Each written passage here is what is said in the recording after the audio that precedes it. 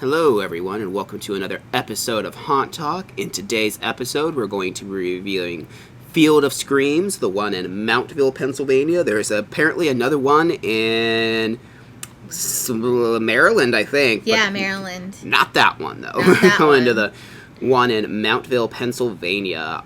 This place is a pretty popular haunt. They have a variety of attractions, a hayride, a trail, and 2 haunted houses. And it's been around for a while. Now, we have been there before, and we were kind of meh on it. A lot of people told us to go back, so we wanted to give it another chance. Now, before we get into the review, I do want you to stick around to the end of the video because we are doing a pretty big giveaway. You will have a chance to win tickets to either Chippewa Lake Slaughterhouse, Wells Township Haunted House, Rich's Fright Farm in Smithfield, PA, or Crawford School of Terror. So if you want to know how you may be able to get your hands on those tickets, make sure you wait to the end of the video, and we will give you instructions there.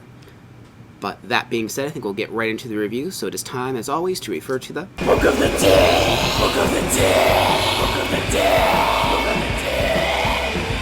Alright, so of course we always start off with sets and props. So, Field of Screams is a scream park, and there are numerous attractions. Most notably is they have a hayride. They have a trail called Nocturnal Wasteland. And then they have some haunted houses as well. They have Den of Darkness and... Yeah, it's Den of Darkness, Frightmare Asylum. Yep. Yeah. Nocturnal Wasteland, yeah, is the trail. So, we're going to start off with the hayride. The hayride's pretty cool. It's a really long hay wagon. Yeah, the hay wagon is giant. Like, it's like 2 hay wagons put together. It's huge. It's really weird how long it is. Yeah. They have, when you get on that, they have a lot of barns that they put you in and they, like, lock you in there. A lot. Yeah. Like, it's kind of funny because the tractor will, like, stop just outside of the building and then these doors will shut or whatever and he's outside. And then you're just in this little wagon in this building. It's kind of funny. They had a lot of different barns with different items. There was the first one was like a slaughterhouse. And it's kind of fun too, is they like the slaughterhouse one, like the lights go off and when they come back on, like pigs like come from the ceiling. Yeah, and they're like moving and squealing and splashing you with water. Oh yeah, that one you got really wet. Like supposed to be blood. It was really gross. It was like raining in there. I was like, okay, we get it. Yeah, we get it. Okay, they're like, we're wet now. Yeah. You know. There was a cryogenic chamber that we went into. That was like a double barn. It was a double barn. They locked us into 2 separate areas. It was kind of lackluster, honestly, but yeah, and a lot of that was because of I think it was lacking actors, which we'll get, but like it looked cool in there, and it was, the sliding doors were actually really cool because they weren't just like a normal door that came down. They like interlocked like this, and they're kind of like honeycomb type of design. Yeah, it kind of reminded me of like Alien, or like if you're on a spaceship and they just kind of shut like that. Which I think was the theme of it. I think it was supposed to be like they like frozen some kind of creature or something. Yeah, they look like Cro-Magnon creatures or something like that. Something. Yeah.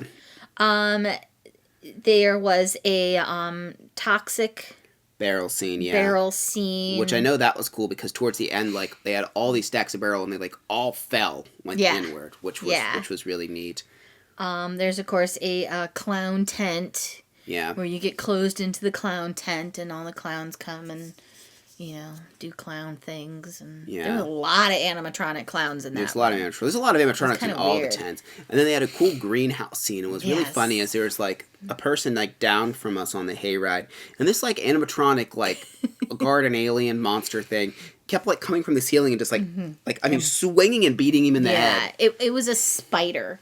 Was that what it was? Yeah, it was a spider, and its head just kept, the head just kept going like this, and this poor guy was literally leaned into me like this, because this thing, if he hadn't, it would have just kept bopping him in the head. And it was ridiculous, because it did not stop for like a solid couple minutes. It was just... Like snakes had come down from that as well. Yeah. And they had like a moonshine scene where like the moonshine distillery like blows up and there's a bunch of fire. Yeah.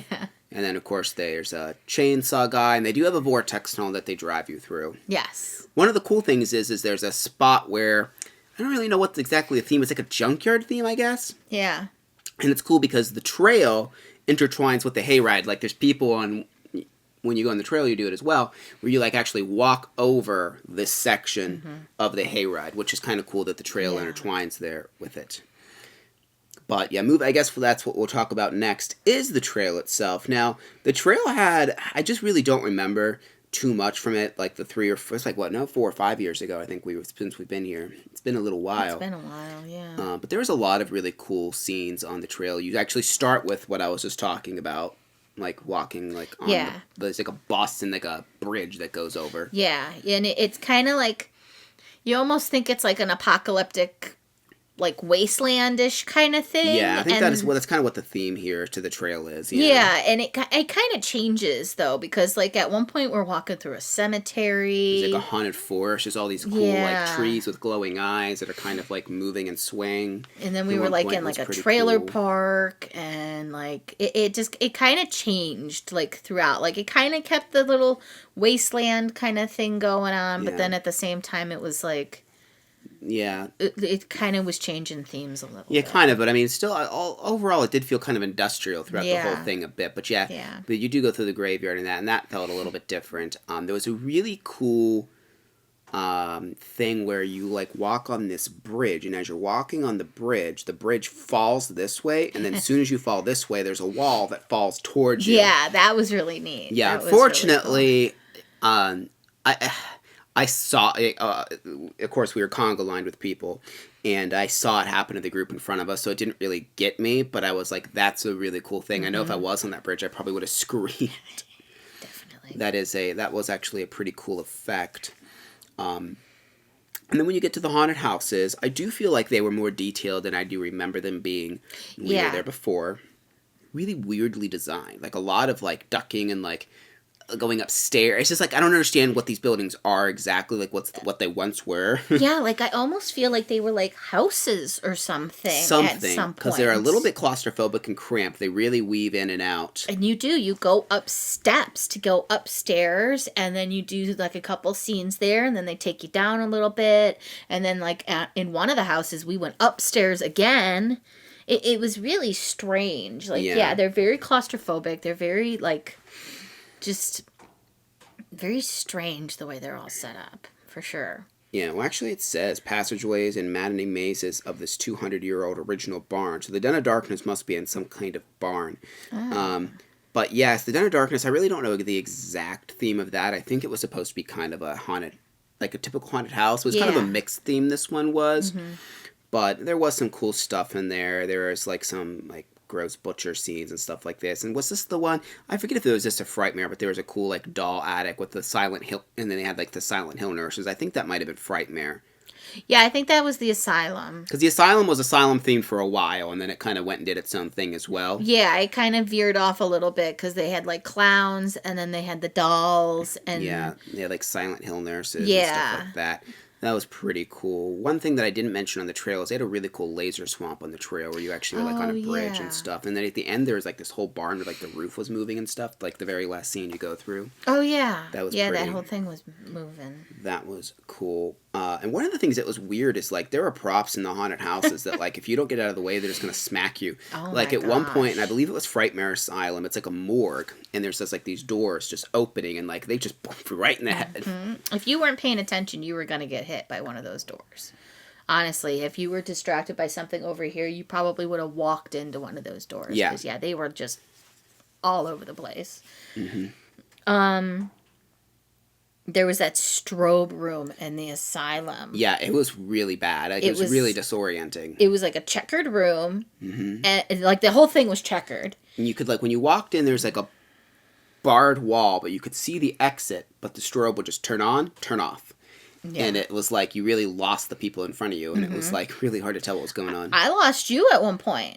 Like I was trying to grab you, You were in front of me in this one. So. Was I in front? Yeah, you were in front of me. I was trying to grab something. I don't remember what I was doing. I don't know if I was trying to grab the guy in front of me because I was like so disorientated. Because there was a stranger and she just gave up and just grabbed onto my back. Yeah, and like, it was like, yeah, I think I probably grabbed onto the other person because I was like, it was so disorientating. It was really bad. Yeah, it was cool the way they had that done. It really was effective. Yeah, for sure. So with sets and props for everything, we give them an 8.5. Mm-hmm. Yeah, for the most part, they were really good. There was some like weird dark hallway transition-y stuff, and some of the stuff, the way it was laid out, was really kind of odd. Yeah. But for the most part, we did really enjoy what we saw. It was overall pretty good. So that moves us, of course, right into actors. Now, as with every place this year, the actor shortage and just employee shortage in general has kind of affected it. There wasn't a whole bunch of them. You could really tell it on the Hayride.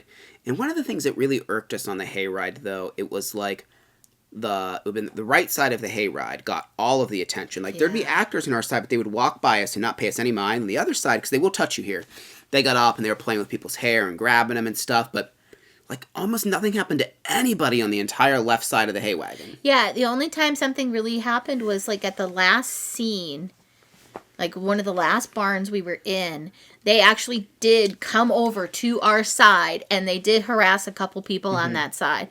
But everybody else, yeah, they just paid all the attention to the right-hand side. It was really disappointing. Because, like, some of them, like, they would even come out, like, on our side for, like, kind of a scare, but then they would just go right over to the right side and then start messing with them for the remainder. And it was like, well, okay. It's like, what about us? And you definitely could tell there's many scenes that were supposed to have multiple people in it. Yeah. Like, the cryo scene was a big one because it looked like there was a cage that maybe, like, there was supposed to be, like, a monster maybe in or something. Yeah. Because, like, the lights went off and there was just a guy who just kind of, like, walked back and forth on a stage. I think he was trying to say something, but I couldn't hear him. Yeah. He was trying to say something, and yeah, you couldn't understand. Just a couple minutes of sitting inside, like, kind of an awkward silence with him. It was kind of weird. It was weird. I was just like, what do we do?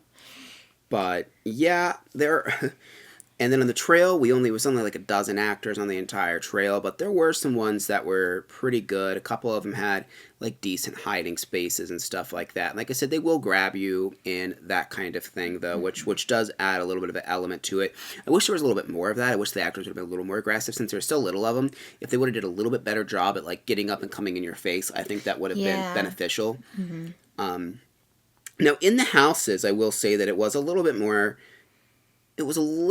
intense because people would like just kind of pop out of the walls and just grab you and stuff like that. Yeah, I got grabbed quite a few times. Yeah, quite a bit in the houses. There was this guy that was like I don't even know what the scene was. It was kind of like a morgue scene, but you'd walk around this corner and he was on like this table and then he would tilt it down and it would bang against the thing. Oh, really loud. Yeah, that was really scared cool. me. That was really cool. We got feather dusted by a couple people. Oh, yeah. Yeah, for the first time I got feather dusted, it was just on the top of my head. And then the second time it was the guy, and he literally just right in my face. Oh, yeah, just right in there, yeah. It was really funny. She had a teddy bear, this actor. I think it was in the very beginning of the Asylum one. She just had this, like, tall teddy bear in her hand, and, like, she would just go, like, what would she say? Like, teddy bear. And she said doll to me. Doll. Yeah, she just flung it at me, and she's like, doll. Yeah, and then doll.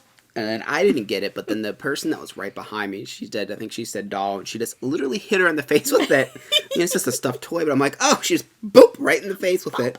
And I thought that was kind of fun. There's a fun guy that likes to chase people out and rub the chainsaw up and down him. I was watching that, and they were really freaking people out.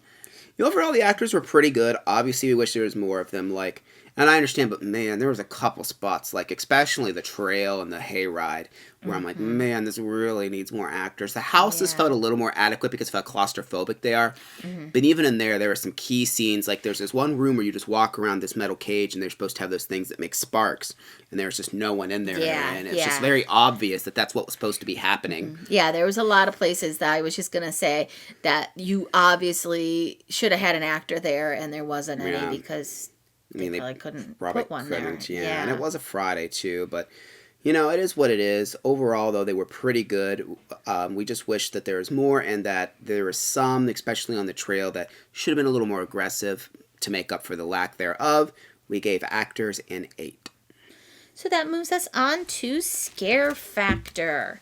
This place is pretty gory.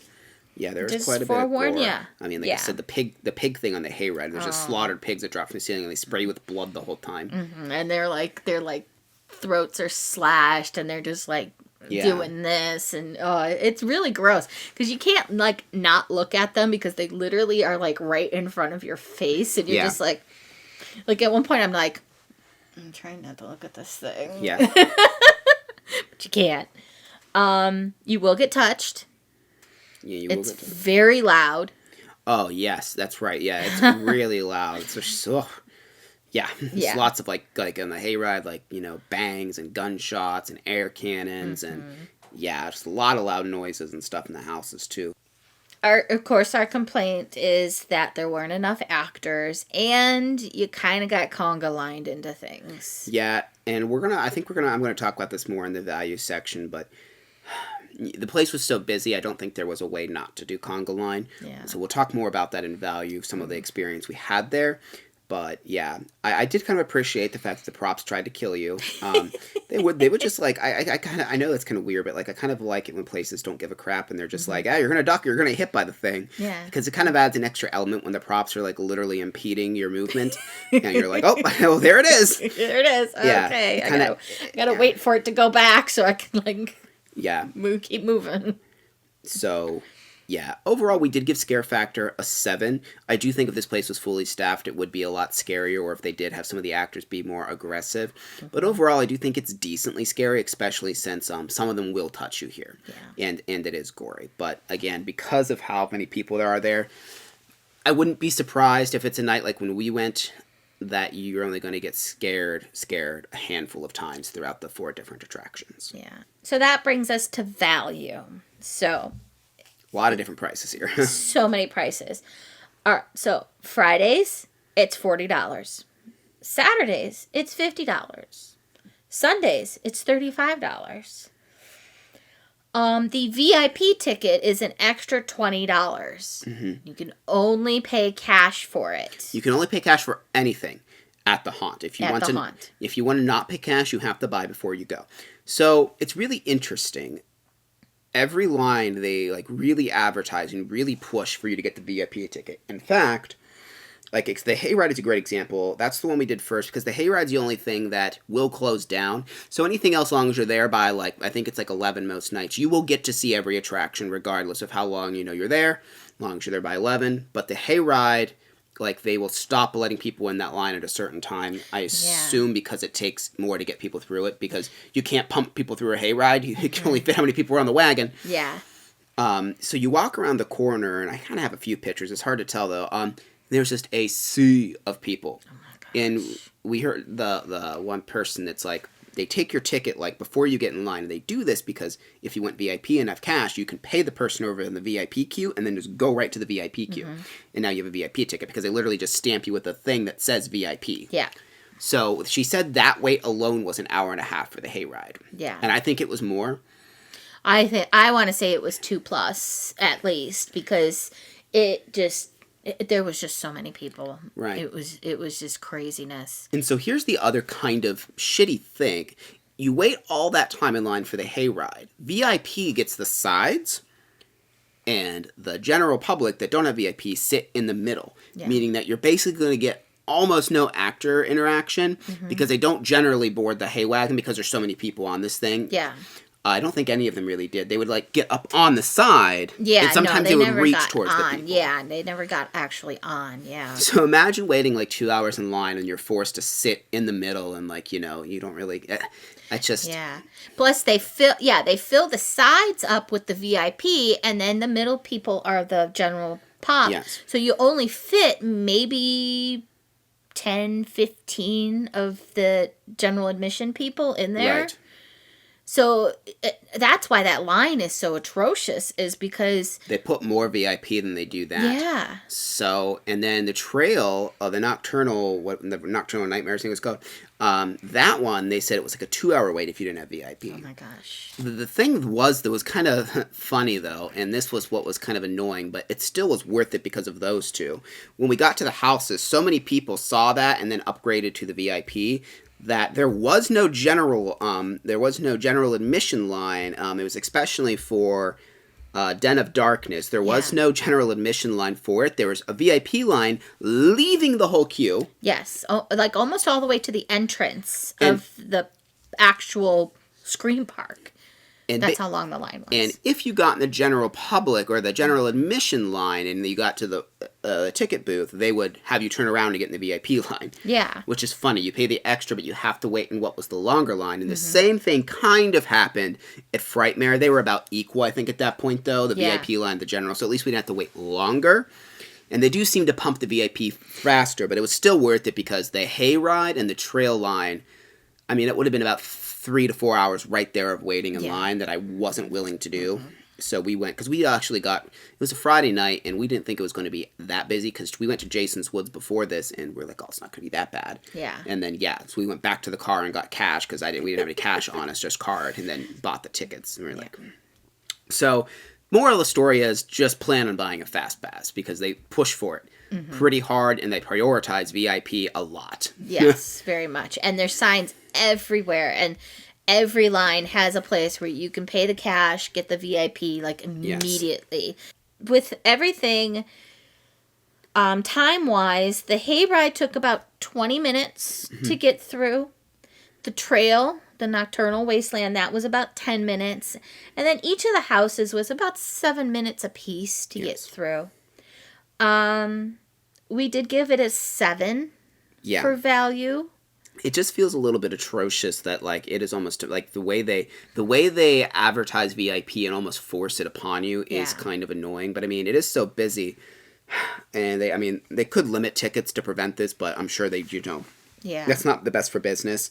And it just kind of it was also kind of annoying that you couldn't do the general admission line when it was shorter, and it is expensive because I mean, if you're factoring VIP and you're not willing to wait in those huge lines, and I'm assuming it's that way most nights. I mean, you're looking at 60 Friday, 70 Saturdays, and 55 on Sundays. And even $50 for an attraction, that's pretty up there. That's pretty up there. I mean, I don't think it's terrible value, but yeah, it's expensive. So that brings us to overall. We gave it a 7.5. But yeah, we did have a better experience than we did the time before. It's just, this place is so busy, and I don't really know if there's a time not to. And you know what I mean? That's obviously, you can't really hold that against them, but at the same time, it probably will affect your experience, especially since they seem to be understaffed. It is what it is. I still think that it is a show worth seeing if you're in the area because it is fairly elaborate, and the Hayride is fun. This place, there is no way to just buy a ticket for one thing. It's everything or nothing with this place. So if you're just interested in the Hayride, that is not an option. You have to do all of it. But that being said, we did mention in the beginning of the video there'd be a giveaway. So I'm going to insert a video that we pre-filmed because we're going to put it at the end of all the different videos that are in the contest now. Alright guys, as we said at the beginning of the video, we are doing a giveaway. So now we are going to basically tell you what you need to do to be able to be entered into that giveaway. And it's pretty simple, really. All you really need to do is comment on any of these videos, the Fearscapes review, Akron Schoolhouse and Laboratory, Field of Screams, Pennhurst, or the announcement video. So that's 5 entries. Each video you comment on will get you an entry to win tickets to, we said at the beginning of the video, but either Chippewa Lake Slaughterhouse, Wells Township, which is actually going to be 2 spots there, so 2 sets of 2 tickets are going to be given away, and each of these will be 2 tickets, so you and a friend will be able to go. Rich's Fright Farm and Crawford School of Terror. Now, if you want a bonus one, you can actually go to any of the reviews of those, so Chippewa, Fright Farm, or Crawford School of Terror. We all have reviews of those for the 2021 season. Wells Township, the last time we've got to do one that's on the channel at the moment is 2019. We plan on going there, but later in the season, so we won't have that up by the time the giveaway is going on. So just make sure you go and comment on any of those. So just so you know, you can only win one pair of tickets. So when we're doing the drawing, if we call your name and you win, you can't win anything else. We'll draw another name or whatever like that. Just know that when you're doing each of the videos and commenting, it just increases your chance of winning. And yes, and you can't choose which one you want to win either. It just wouldn't be fair to do it that way, because some more people that watch the video might want to go to one than the other. You will, win a ticket for that. So if you think, I definitely can't go to a couple of these, then you might not want to enter. But yes. And to find out if you won, we're going to be doing a video. It's going to be premiering. It's going to be an actual premiere, so you'll be able to watch it live. It won't be live like us live, but the video itself will be premiering in real time, kind of like a cable show. 5 o'clock on Monday, the 25th is when that's going to air. So make sure you keep track of that. If for some reason you can't watch it, don't worry. We're going to post it on our social media, and the video is going to still be online. We'll also try and message you directly. If for some reason you don't respond within 24 hours, we will then pick somebody else and then message them. So good luck to you. Make sure the more of these videos you go and like and comment on, the more chance you have. And of course, you have to be subscribed as well. So good luck at winning. All right, well, welcome back to the end of the review. Make sure you do the contest that was just talked about. Also, of course, even if you're not doing that, make sure to like and subscribe to the YouTube channel. Make sure you ring the notification bell so you don't miss any upcoming videos. We have still quite a few more to come. Halloween weekend's going to be right around the corner, so we're telling you all the bestest, most bestest places to go. If you have any recommendations for us, let us know about that. Also, we do a podcast called Creeps, Creatures, and Haunts. Oh my! If you're interested in actual spooky stories and stuff like that about cryptids and all of that kind of stuff, there's links to that in the description of the video and for the actual podcast itself, and the videos are on the YouTube channel. You can find them under that playlist. Thank you very much for watching, and we will see you in the next. Bye.